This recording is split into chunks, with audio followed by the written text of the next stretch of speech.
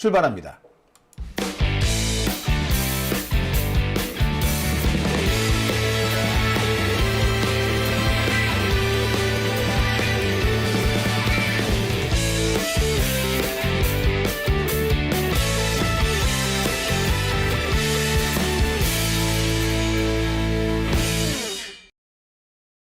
오밤중 뉴스 함께하고 계십니다.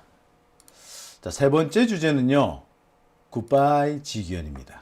아이고 참. 야, 참 지기현이라는 사람 악몽이었습니다. 윤석열을 석방해주는 놈이었어요. 그것도 석방할 만한 이유가 있었으면 그나마 좀 덜한데 석방할 이유가 없었습니다. 억지로 석방할 이유를 만들죠. 석방할 이유, 억지로 만든 이유가 뭐예요? 네. 구속기간 계산을 지금까지 날짜를 기준으로 계산을 해왔는데 지기현은 시간을 기준으로 계산을 해버립니다. 단 한 번도 없었어요. 유일하게 윤석열이 처음이자 마지막입니다. 그래서 석방해줬어. 이거 법 왜곡 아닙니까? 지금 사법부에서 법 왜곡죄 이거 만든다니까 아주 난리를 치고 있는데 그 이유는요. 지들이 감옥에 갈 것 같으니까 걸릴 것 같으니까 지레 겁먹고 그러는 겁니다. 보세요. 제가 다시 한번 말씀드립니다만 법 왜곡의 가장 전형이 지기현입니다. 지기현만큼 법 왜곡을 했다? 조희대죠. 조희대가 이재명 대통령에 대한 선거법 사건 초고속으로 제대로 심리도 안 하고 후다닥 결정을 내려버리죠. 그게 법 왜곡입니다. 그러니까 얘네들은 뭐야? 내란 사건을 수사하고 재판을 하라 그랬더니 자기들의 이익이 혹시라도 없어질까봐 줄다리기를 하고 눈치를 보고 정치적으로 지들 유리한 방향으로 결론이 나오게 하려고 윤석열을 풀어줬다, 감옥에 가뒀다 이랬던 겁니다. 여기에 이재명 대통령까지 같이 보내려고 했던 거지. 이것들이 인간인가요? 와, 이러고도 이들이 판사라고 할 수 있을까요? 아무튼 지긋지긋했던 지기현 이제 안 봐도 될 것 같습니다. 왜냐고요? 네, 바로 이 법, 내란 전담 재판부법이 오늘부터 시행됐기 때문입니다. 이재명 대통령이 국회로부터 넘어온 법에 공포를 하죠. 국무회의 심의 의결을 거치고 법을 공포합니다. 그게 오늘입니다. 이로써 1년 넘게 논란이 되었던 내란 전담 재판부는 일단 일단락이 됐습니다. 사실 지난해 1월부터 윤석열 요놈의 새끼를 잡아 가두고 재판을 하려면 기존의 법원 가지고는 안 되겠다. 윤석열이 임명한 판사, 윤석열이 임명한 대법원장, 윤석열의 계엄에 동조했던 대법원 이들한테 재판을 맡길 수 없다라는 주장은 1년 전 2025년 1월에도 있었습니다. 사실 그때 했었어야 돼. 그때가 어렵다. 그랬으면 이재명 대통령이 취임하던 6월 달에는 했어야 했습니다. 돌이켜 생각해보면 그때 왜 제대로 법을 만들지 못했나? 이유는 간단해요. 지금 생각해보면 김병기 때문이었던 거예요. 참. 그것만 아니었어도 진작 되었을 텐데. 자, 아무튼 법이 공포 시행이 됐고요. 오늘부터 시작됐습니다. 이로써 서울중앙지법과 서울고등법원에 적어도 2개 이상의 내란 전담 재판부가 만들어지게 됐습니다.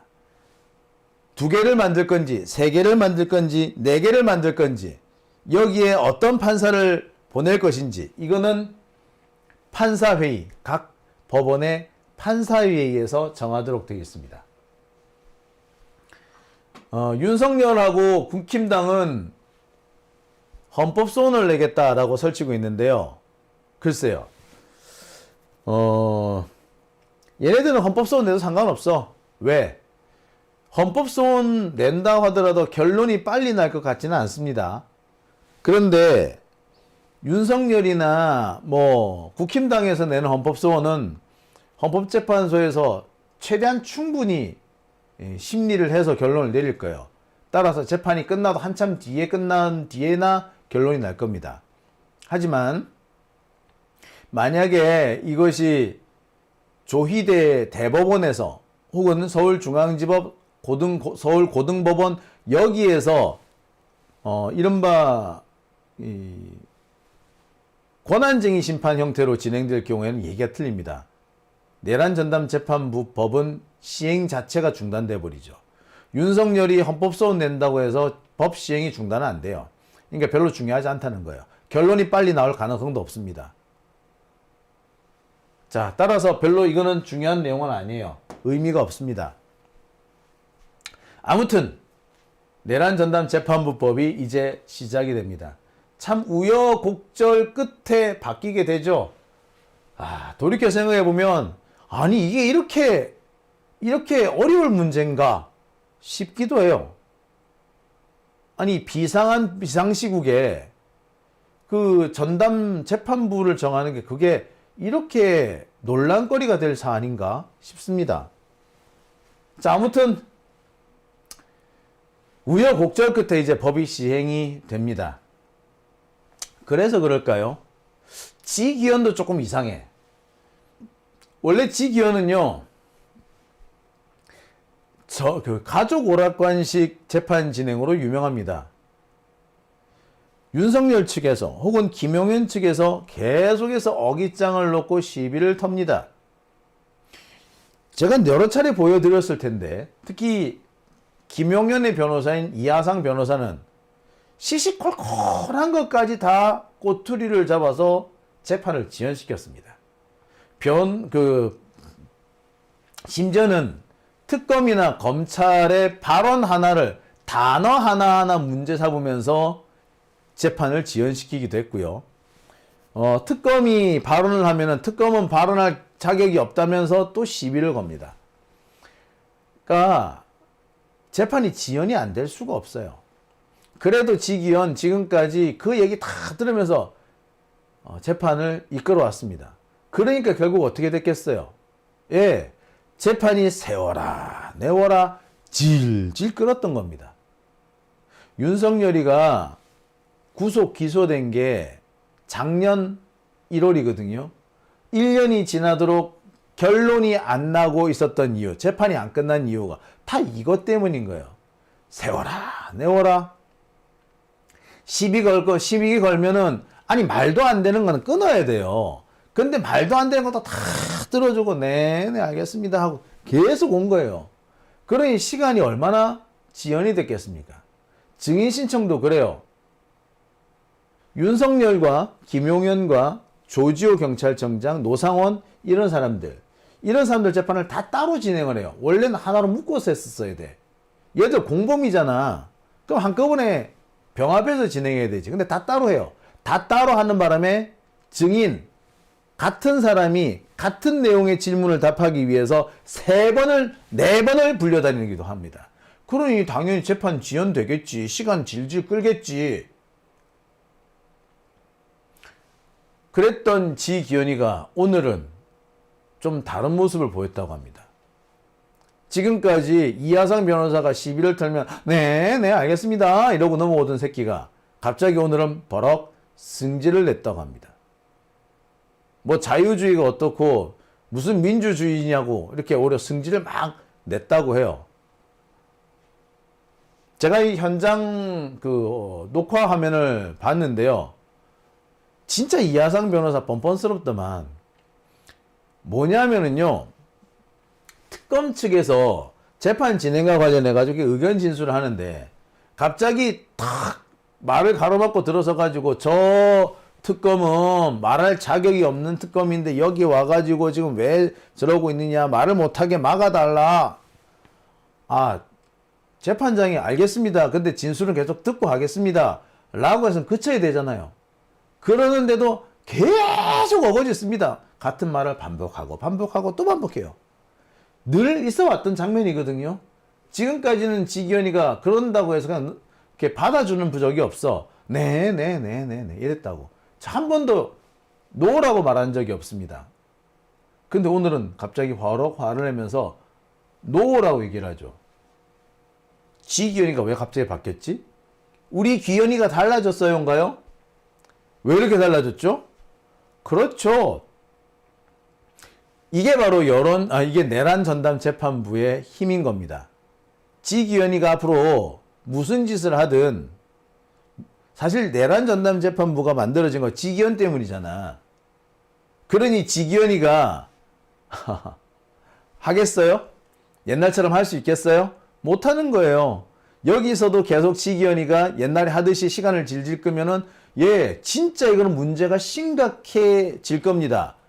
거봐 내란 전담 재판부가 맞았지. 거봐 상황이 이런데도 뻔뻔스럽게 계속 버팅기고 있잖아. 그럼 뭐게 되겠어? 내란 전담 재판부 법은 점점 강화될 겁니다. 새로운 조항이 막 생길 거예요. 그러면은 지기현이 문제가 아니라 다른 판사들까지 영향을 받겠죠. 그러니 지기현 안 되겠다. 이제는 진짜 잘라야겠구나. 라고 해서 오늘 이렇게 한 겁니다. 우리 기현이가 달라졌어요가 아니라 우리 기현이가 겁먹었나 봐요. 인 거죠.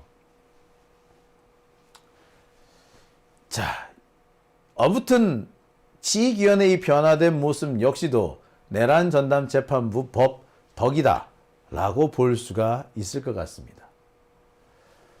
자, 이제 윤석열 재판 얼마 남지 않았습니다. 내일 모레 1월 9일 재판이 마무리됩니다. 그리고 내년 2월에 재판이 내년이 아니라 올해 2월에 재판 선고가 나옵니다.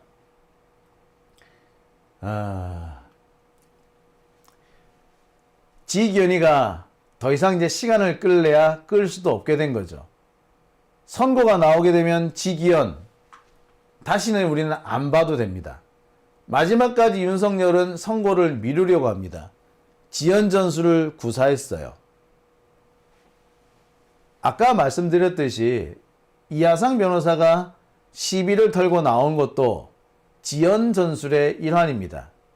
그 지연 전술 때문에 지금까지 재판이 지연돼 왔던 게 사실인데 지기현이가 더 이상은 이제 허용해 줄 수 없는 상황, 지 코가 석자인 상황이 돼버린 겁니다. 그래서 이번만큼은 달랐던 겁니다. 지기현이가 정말 개과천선해서 그런 게 아니라 상황이 더 이상 그럴 수 없는 상황이 됐기 때문에 지기현도 어쩔 수 없었던 겁니다. 그리고 얼마 남지도 않았고 진짜 이제 끝까지 왔고, 자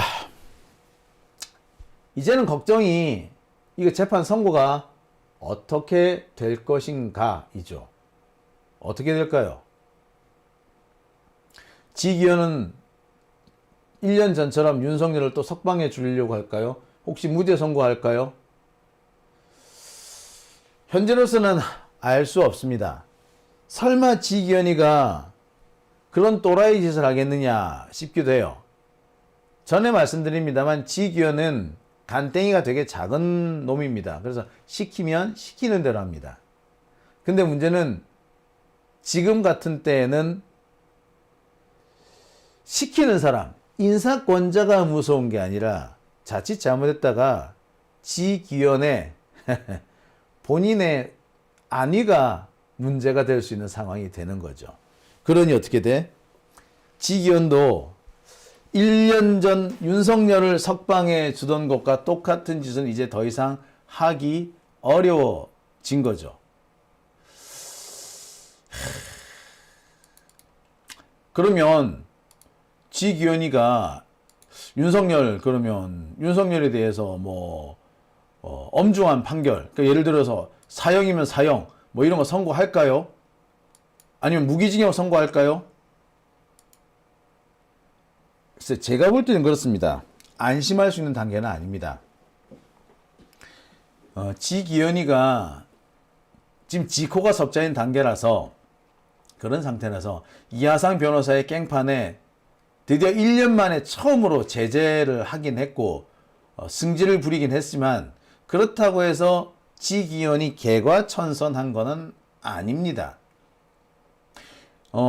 지기현이가 이상한 판결을 내렸을 경우 지기현 본인의 안위를 보장할 수 없는 상태라는 거, 그런 점에서 지기현이가 함부로 판단 내리진 않을 거다. 지기현은 지금까지 간땡이가 워낙 작기 때문에 위에서 시키는 대로 했던 사람이고, 이번에도 위에서 시키는 대로 웬만하면 하겠지만, 문제는 뭐 위에서 시킬 그 사람, 뭐 우리는 조이대라고 생각하죠. 조이대 역시 지기현의 안위를 책임질 수 있는 상태가 아닌 거야. 그러니까 사실 조이대가 힘이 있는 거는 지기현이를 승진시켜 줄 수 있기 때문이잖아. 그래서 시키면 시키는 대로 하는 거잖아. 근데 그게 아니야. 승진이 문제가 아니라 죽게 됐어. 그리고 조희대 임기도 얼마 안 남았어요. 1년 남짓 뒤가 되면 조희대 물러나야 돼요. 그런데 지기현이가 조희대 말을 쉽사리 들을까요? 그건 아닌 거죠. 네. 그런 면에서 보자면 현재로서는 낙관도 비관도 하기 어렵다. 지기현의 행태를 보아서 무슨 짓을 할지 모른다. 어떤 판단을 내릴지 모른다. 맞고요. 지금 사정을 볼 때 지기현이가 미친 짓 하기는 어렵다. 그것도 맞습니다. 현재로서는 지켜보자 라고 밖에, 뚜껑 열어봐야 한다. 그 말씀밖에 못 들을 것 같습니다. 그럼 우리는 어떻게 해야 되느냐고요? 최근에 보니까 윤석열에 대해서 엄벌을 해달라. 엄벌 청원서, 엄벌 단원서가 지금 현재 작성되고 있고요. 그 단원서가 현재 지금 만들어지고 있는 상태라고 합니다. 여기에 여러분들 동참해 주시기 바랍니다. 윤석열 엄벌 단원서. 지금 뭐 SNS 등지에 많이 돌아다니고 있는데요. 여기에 꼭 참여하셔서 우리 시민들이 무엇을 원하는지 똑똑히 보여줄 필요가 있습니다. 지금 적폐들, 이 찍들은요, 윤석열 석방청원, 윤석열 무죄 판결 청원서를 만들어서 돌린다고 합니다. 이걸 제출할 거라 그래요. 어떻게 보자면 일찍 우리 민주진보 진영과 이찍 적폐들 사이에 세대결이 진행되는 그런 양상이 될지도 모르겠습니다. 세대결이 됐든 뭔 대결이 됐든 이거는 지면 안 되겠죠. 내란 세력한테 우리가 질 수는 없는 거 아니겠습니까? 여러분, 뭐 SNS가 됐든 뭐가 됐든, 네, 윤석열 엄벌 단원서를 보시면요, 어느 쪽에 사는 거든 모두 열심히 적극적으로 동참해 주시기 바랍니다. 오밤중 뉴스 함께하고 계신 지금 시각 12시 42분 지나고 있습니다.